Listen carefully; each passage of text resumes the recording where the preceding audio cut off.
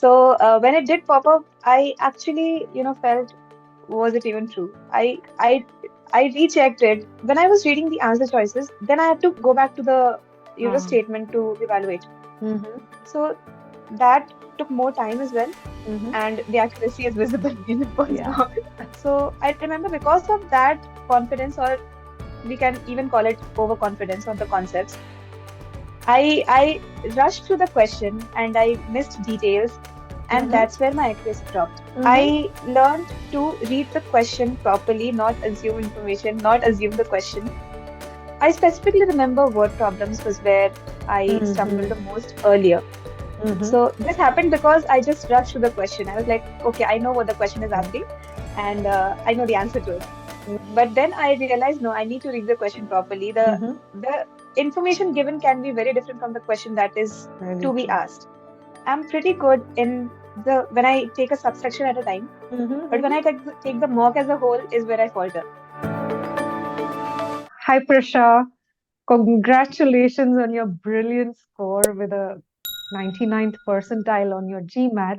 And thank you so much for doing this video debrief with us.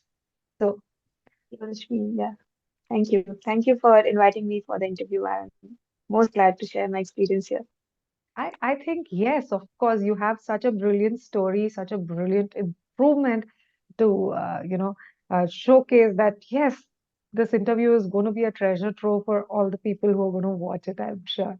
So, for our viewers here, Prasha recently took her GMAT, got within the got a 99th percentile on her GMAT, and a brilliant quant, which was almost a 100th percentile, and verbal 98th percentile.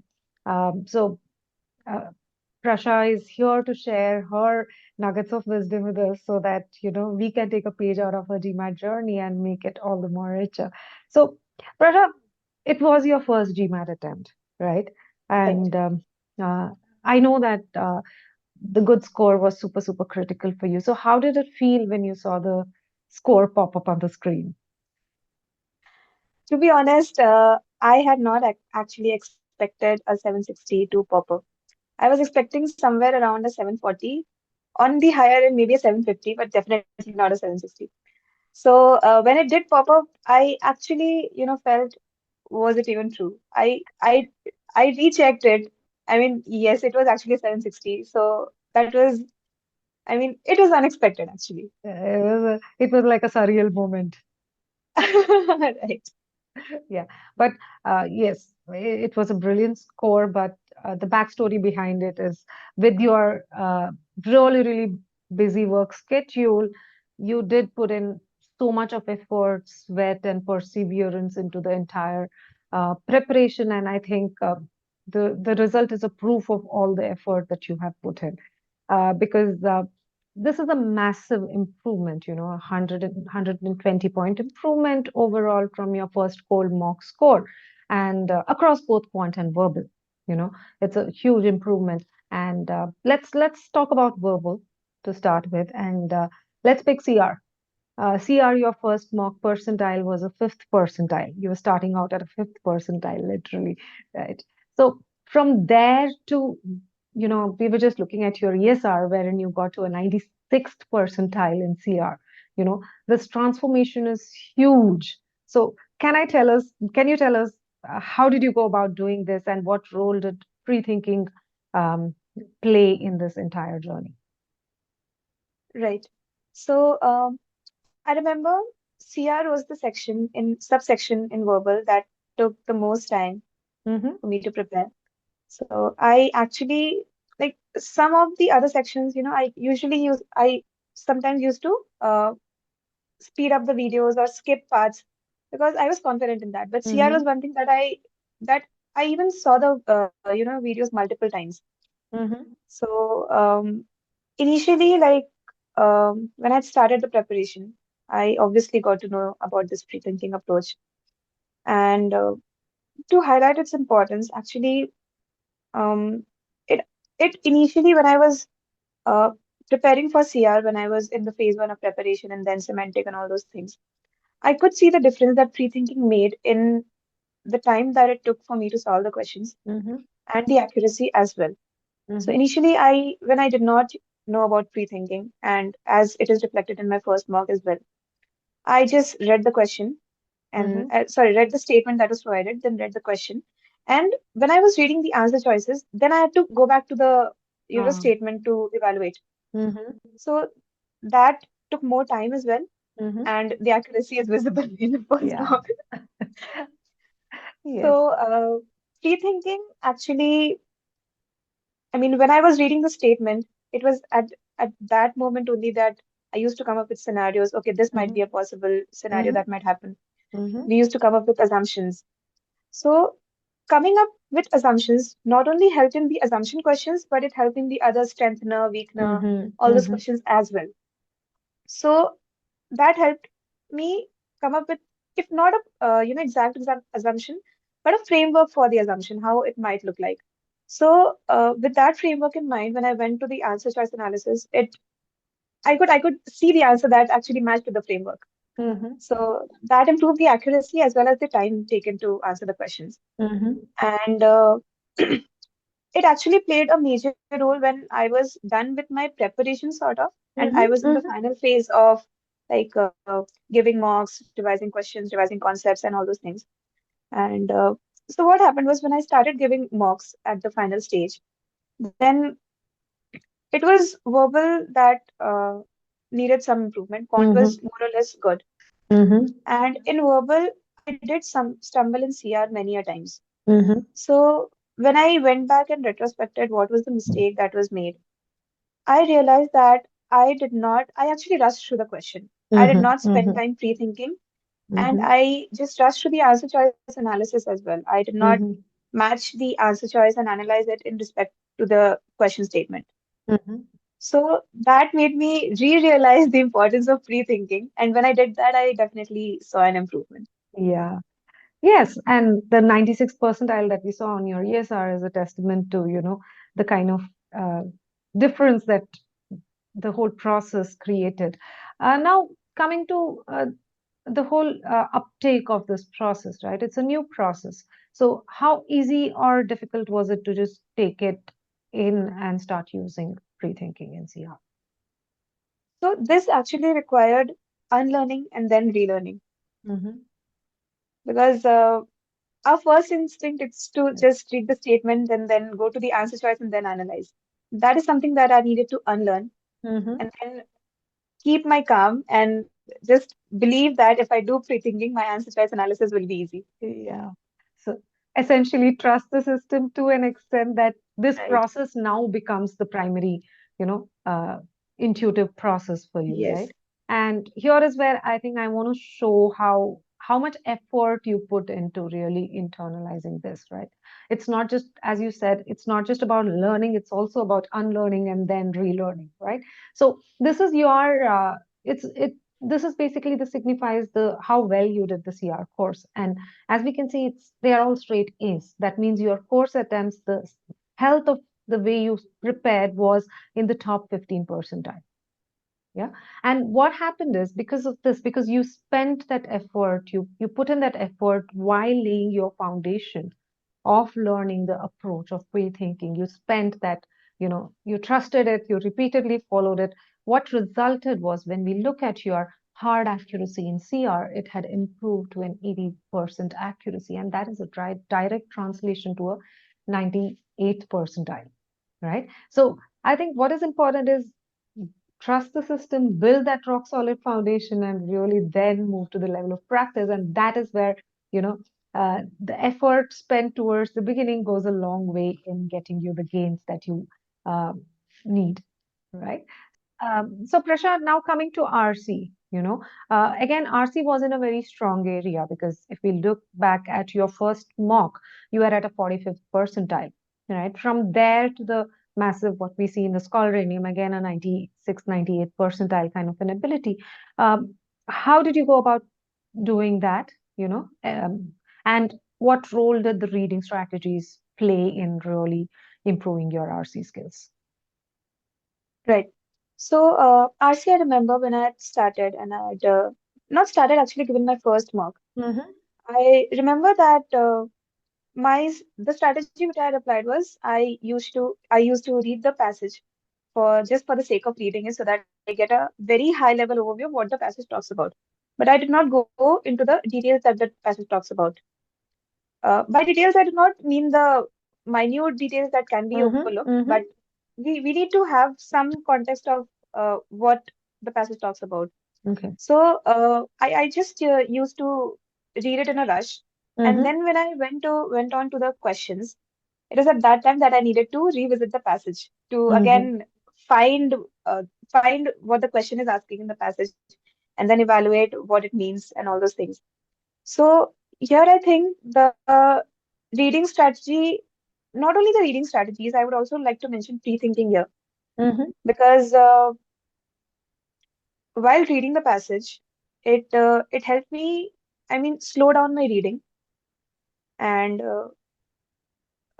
basically jot down points or create a mind image of what each particular passage talks about, Mm-hmm. so that it then helps me while answering the questions that come next. And apart from this, visualization also helped out here Mm-hmm. Mm-hmm. because sometimes the passages are so big that it's until and unless you create a mind image, you won't be able to remember Okay. it. Mm-hmm. So visualization did help here when you actually had a picture of the entire passage, Mm-hmm. and then when you moved on to the questions, you knew, okay, this part of the picture is what I need to focus on. And if in Mm-hmm. case you needed to revisit the passage, then you knew exactly where I need to look for the specific Mm-hmm. information. Mm-hmm. Mm-hmm. So yeah, initially, like I did think that reading strategies actually i- increases the time I take to read the passage, Mm-hmm. but that helped me when I was answering the questions because that Mm-hmm. time reduced. Very true, very true. Because if you've done a good job of reading and extracting all the information from the passage, then answering the questions is, just a breeze. Both the accuracy improves and the timing also really nosedives. You can more or less solve the questions within like um, less than a minute, right? Uh, so yeah, I think you started with verbal, right? And then you moved to quant. And in quant two, you were starting out at around a 46 kind of a area, 50th percentile kind of an area, and from there, almost I think you made two mistakes in the entire thing, almost 100%, 100 percentile accuracy. So tell us what were the major challenges that you had in quant while you're starting out at, and yeah, we'll start with the challenges and then move to how did you overcome them. So in quant, I feel that the I mean the concepts were pretty Mm-hmm. basic, but Mm-hmm. the way those concepts were applied was what was tested in the exam. Mm-hmm. Mm-hmm. So I remember when I'd given my first mark, I was pretty confident on the concepts that the questions were based on. Mm-hmm. So I remember because of that confidence, or we can even call it overconfidence on the concepts, I rushed through the question and I missed details, and Mm-hmm. that's where my accuracy dropped. Mm-hmm. So Okay. later, when I started with quant, Mm-hmm. I got a hack of like how the questions are framed, what kind of how one can just modify the question to so that it means an entire different thing. Mm-hmm. Mm-hmm. I learned to read the question properly, not assume information, not assume the question. So, so this was where like the course helped me. Yeah. And So the process skills is what you're saying, which sort of breaks the right, steps right, down right, into, right. yeah. So analyzing the cases and then picking up the details, Yeah. not to miss details, all those things. And yeah, so I specifically remember word problems was where I stumbled Mm-hmm. the most earlier. Mm-hmm. So this happened because I just rushed to the question. I was like, okay, I know what the question is asking, Right. and I know the answer to it. Mm-hmm. But then I realized, no, I need to read the question properly. Mm-hmm. The information given can be very different from the question that is Very to be true. asked. Very true. So Yeah. then I mean, like I was confident on the concept, so that's why quant preparation did not take much time. But it Mm-hmm. was just the like how the questions are framed that I needed to Mm-hmm. learn. Mm-hmm. Mm-hmm. And the discipline of the approach, Right. right? Yeah. So I think now that you mentioned word problems, I have this screen, similar kind of screen that I shared for CR, wherein we can see how well you did the course in word problems. So the reason I'm showing this is because ultimately, what is the most important thing for building a good ability for the GMAT success is how well you build your foundation, because that is where your growth towards success starts, and that is super critical. And this is a proof to that. Again, straight A's, yes, a bit of stumbling somewhere in the middle, but you came back strong, you had straight A's, and the result of that is the superb you know upward going graph when it comes to your hard accuracy. These are hard questions and word problems, right? And 80% accuracy is brilliant. It's just out of the world. So yes, there were challenges initially, as you said, but once you had the hang of it, just the fact that you invested this kind of time to really say, okay, I know where I'm faltering. So this is where I will, invest my time and effort in to really figure out how to solve these kind of questions, the application bit of it, and then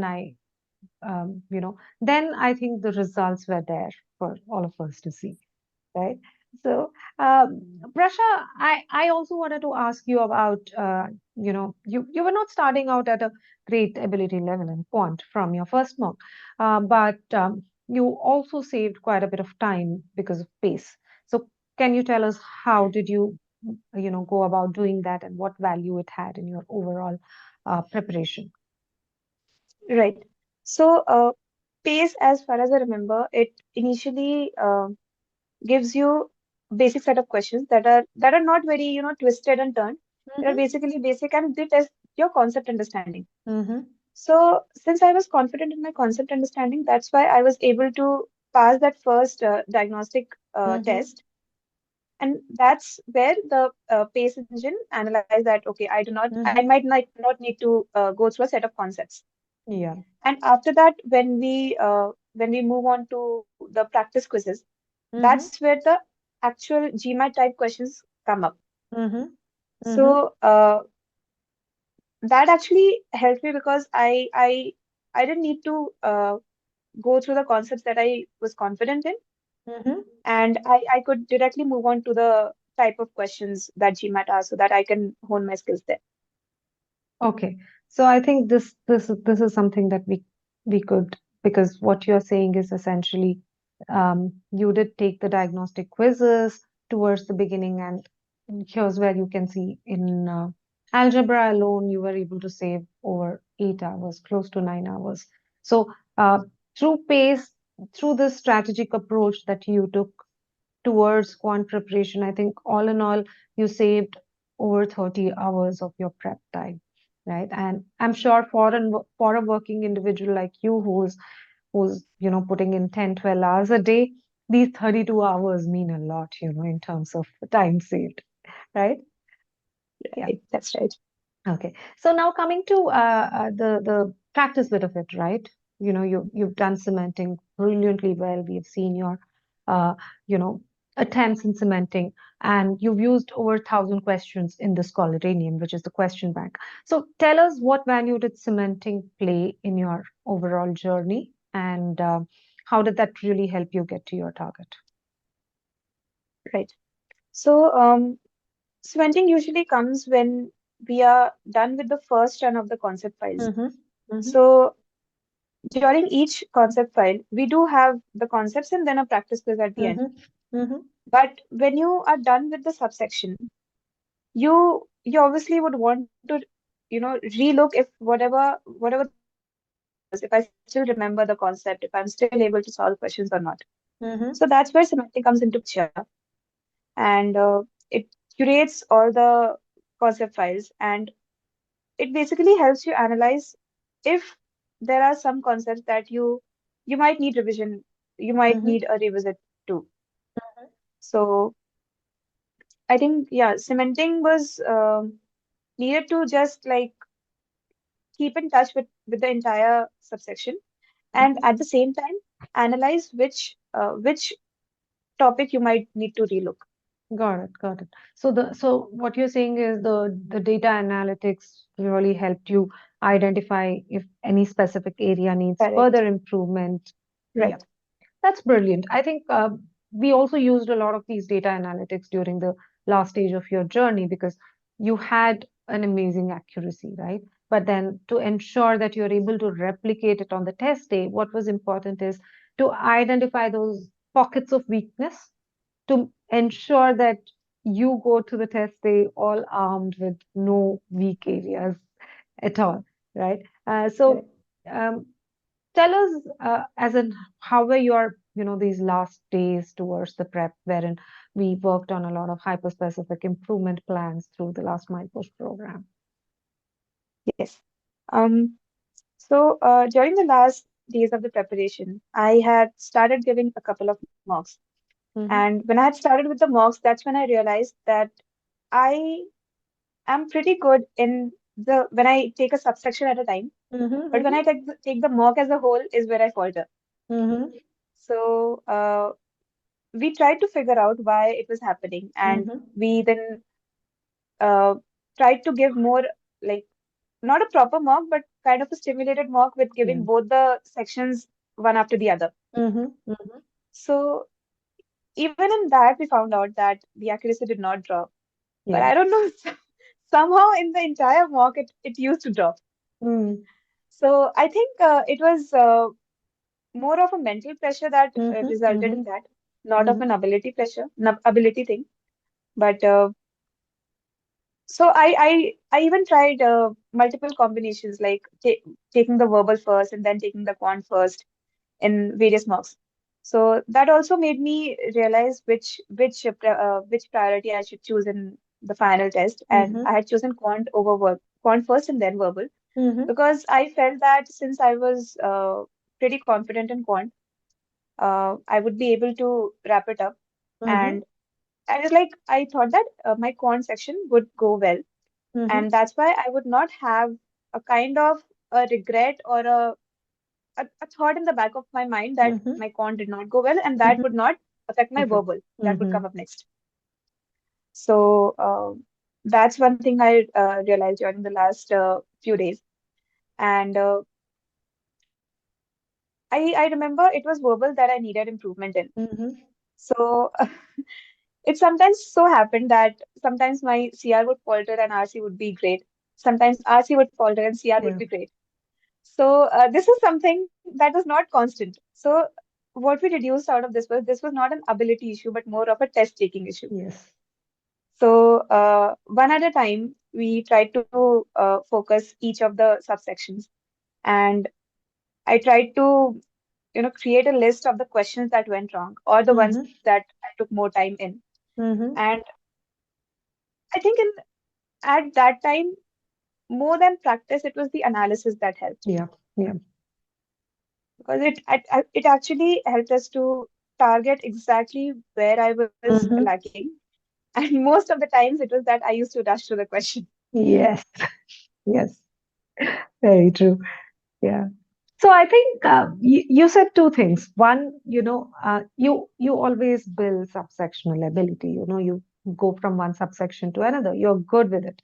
But bringing them all up together in either a sectional mock or a mock or the test is a different ballgame. And that is where, all the test taking aspect of the preparation comes in. The second bit of it, if you have built a certain kind of ability, the only way you can improve from there is by doing a very, very thorough strategic analysis review of where you faltered, where you took time, because the incremental improvement is going to come from that. And I think the focus towards the last few days before the test was mostly this, test readiness, strategic review, and improvement based on that review, right? So uh, I know I haven't asked you personally this also. What was your mindset getting into the test on the day? Okay, so I actually reached the test center about half an hour early because I just Mm-hmm. wanted to be in a safe spot. And they actually let me in fact, half an hour early. Mm-hmm. They allowed me to give the test Mm-hmm. because I think the slot was empty. So it was like, okay, you can go ahead. Mm-hmm. And when I sat down, I was very careful in selecting the schools. Mm-hmm. I then very carefully selected that I wanted to start quant first and then Uh-huh. Bobble. So during the test, I remember that I was pretty confident that I would get a good score because while answering the questions, I got a hang of it that okay, these are right, and some of Mm-hmm. them might be wrong, but Mm-hmm. overall, I felt that it would result in a good score. Mm-hmm. So also at the test center, they used to do all the frisking and everything, and they had this big headphones. Yeah. So anyway, but that did not interfere much because overall the environment was very quiet. Mm-hmm. Mm-hmm. And yeah, so I was talking about during the test. Mm-hmm. So I was confident that it would result in a good score. Mm-hmm. And that's where I had expected a 740, 750 because that's what my final marks also showed me. Yes. It showed a bracket where my score would lie. So, but yeah, it actually went even better Yeah. than that. Yeah.